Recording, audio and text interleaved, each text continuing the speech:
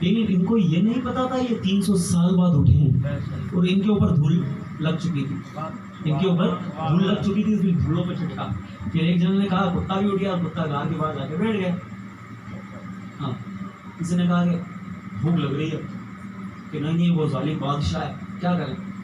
ایک کام کرتے ہیں ہم 7 جنے باہر نہیں جاتے، ایک جنے جاتا ہے چھپتے چھپاتا. پھر جاتے جاتے کہا کہ کسی کے پاس سکہ ہے؟ ایک جن نے کہا ہاں میرے پاس صرف ایک سکہ ہے، تو لاؤ میں روٹی لے کر آتا. جب وہ عرض کے باہر نکلے تھے، بستی میں جیسے گھسنے والے تھے، انہوں نے تھوڑا معاملہ چینج دیکھا کہ یا اللہ نے تبدیلی کیسی، اس سوچ میں رہے. پھر آگے بڑھے تو اور تبدیلی، آگے بڑھے تو اور تبدیلی. پھر ایک روٹی والا دکھا، چلو میں روٹی تو لے ہی لیتا ہوں، مطلب کشمہ ہی چل رہے ہیں. روٹی لینے گئے کہ بھیا مجھے روٹی دے دیجیے گا. ہاں کتنی چاہیے لے لیجیے. اپنے حساب سے روٹی لے گئے، انہوں نے اپنے اس میں رکھ لیا. پھر کہا کہ پیسے، تو آپ نے وہ سکہ جیسے اسے دیا تو اس نے وہ سکہ لے کر وہ گھرانے لگا، اس سکے کو دیکھنے لگا. اس نے کہا کہ تمہیں سکہ کہاں سے ملا؟ کیوں کہاں سے ملا؟ سکہ تو میرے پاس ہے، میں لے کر آئی ہوں. نہیں تمہیں کوئی خزانہ لگا ہے. اس نے کیا کہا روٹی والے نے؟ تمہیں کوئی خزانہ لگا ہے. کیسا خزانہ ہے؟ کیا باتیں کر رہے ہو؟ مطلب ان کی بات سمجھ میں نہیں آ رہی کہ یہ کیا ہو رہا ہے. ان کو نہیں پتا 300 سال بعد اٹھے ہیں. تو اس نے کہا کہ نہیں تمہیں کوئی خزانہ لگا ہے، مجھے ضرور میرے کانوں کو بتا دو، 50-50 کر لیں گے. اگر تم نے مجھے نہیں بتایا تو وہ پورا کا پورا میں سپاہیوں سے کہوں گا اور ان کے پاس رکھوا دوں گا. میں نے کہا میرے پاس کوئی خزانہ نہیں ہے بھائی. نہیں یہ سکہ ہے یہ تمہارے پاس، اس کا مطلب تمہارے پاس خزانہ ہے. تو پھر وہ کیا ہے کہ روٹی والا جو تھا وہ زیادہ ہی پھر باہر آ گیا، چلانے لگا. تو سب اکٹھے ہو گئے. تو سپاہی بھیڑ دیکھ کر آئے، کیا ہوا کہ اس کو کوئی خزانہ لگا ہے اور یہ بتا ہی نہیں رہا. تو سپاہیوں نے دیکھا کہ ہاں سکہ تو واقعی خزانہ والا ہے. تو بادشاہ کی طرف لے گئے پکڑ کر اصحاب کہف کو. اب اصحاب کہف ڈر رہے کہ دھکیانوس کہ دکھ نہ جائے. اب جیسے گئے تو بادشاہ چینج ملا ان کو، لیکن اس وقت جو بادشاہ تھا نا وہ اسلام لا چکا ہے.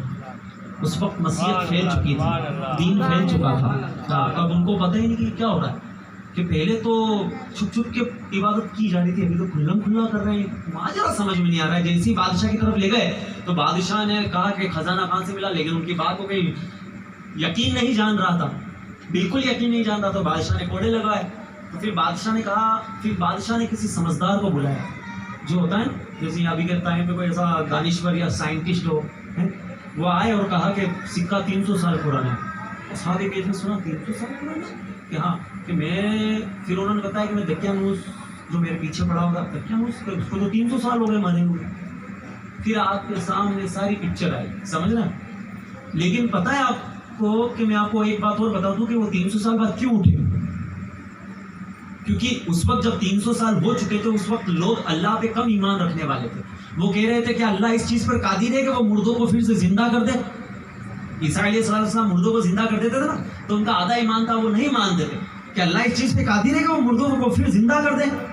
تو آدھا ایمان تھا. تو اللہ تعالیٰ نے اس لیے 300 سال بعد ان کو پھر سے اٹھایا. جب وہاں کے لوگوں کو پتا چلا کہ یہ اصحاب کہف 300 سال پہلے سو چکے تھے، پھر سے زندہ ہو گئے، تو پورے کے پورے قبیلے ان کے پیچھے غار کی طرف گئے ان 6 لوگوں کو دیکھنے کے لیے، زیارت کرنے کے لیے. جب 6 لوگوں کو دیکھا پھر ان کے پر پوتے ملے. پر پوتے تو ایک دم بزرگ ہو چکے تھے، لیکن اصحاب کہف تو جوان.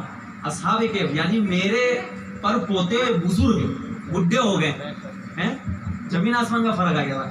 لیکن وہ کہہ رہے اب دادا جی آپ ہمارے ساتھ چلیں گے کہ نہیں، اب میں غار میں جا کے سوؤں گا.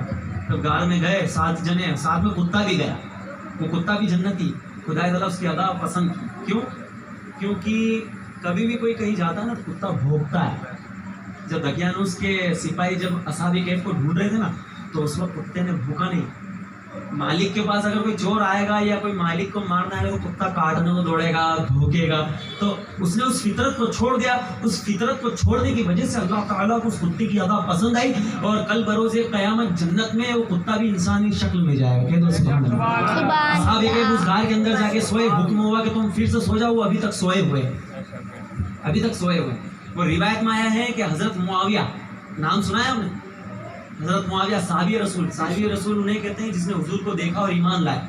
تو حضرت معاویہ کے سپاہی جب اس غار کی طرف بڑھے تو اللہ تعالیٰ نے ان کی حفاظت کے لیے ایک ایسی ہوا چلائی کہ سب کے سب جل گئے. یعنی ان کا غار ابھی حفاظت میں اللہ کی. اگر کوئی جانے کی کوشش کرے تو وہ شاید برباد ہو جائے یا جل جائے یا ایسا کچھ.